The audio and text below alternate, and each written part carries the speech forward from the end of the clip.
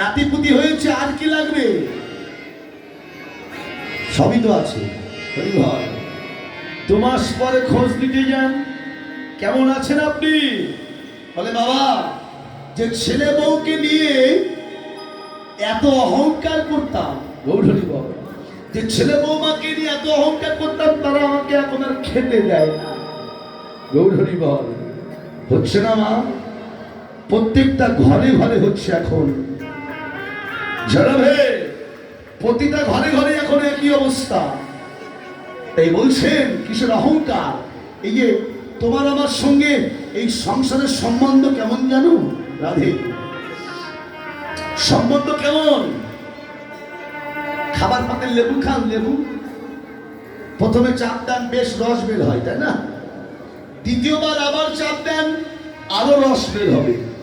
রস যখন বের না হয় তখন এই খোসাটা নিয়ে মাটিতে ফেলে দিই, এই তো।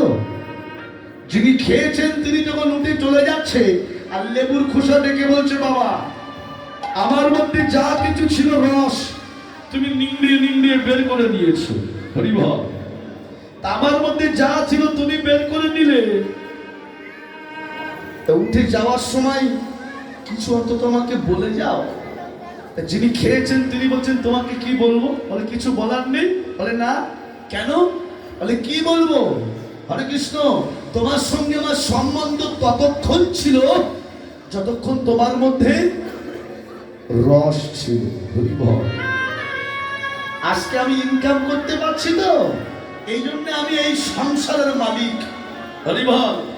এই যে মা, আজকে সবার চাহিদা পূরণ করতে পারছি বলে আমি সংসারের মালিক। জয় রাধে।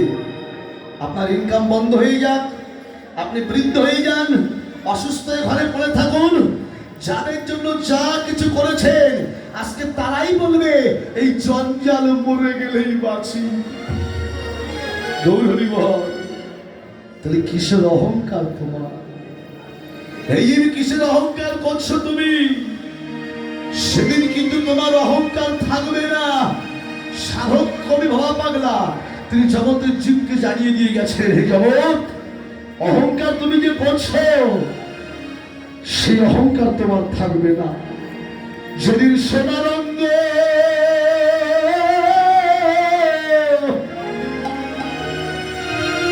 তোমার হবে রে ভঙ্গ রে,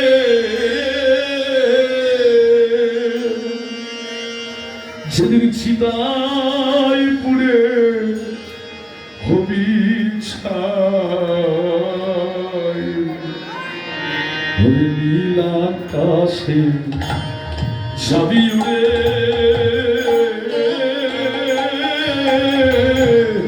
কৈলাসী ধোয়া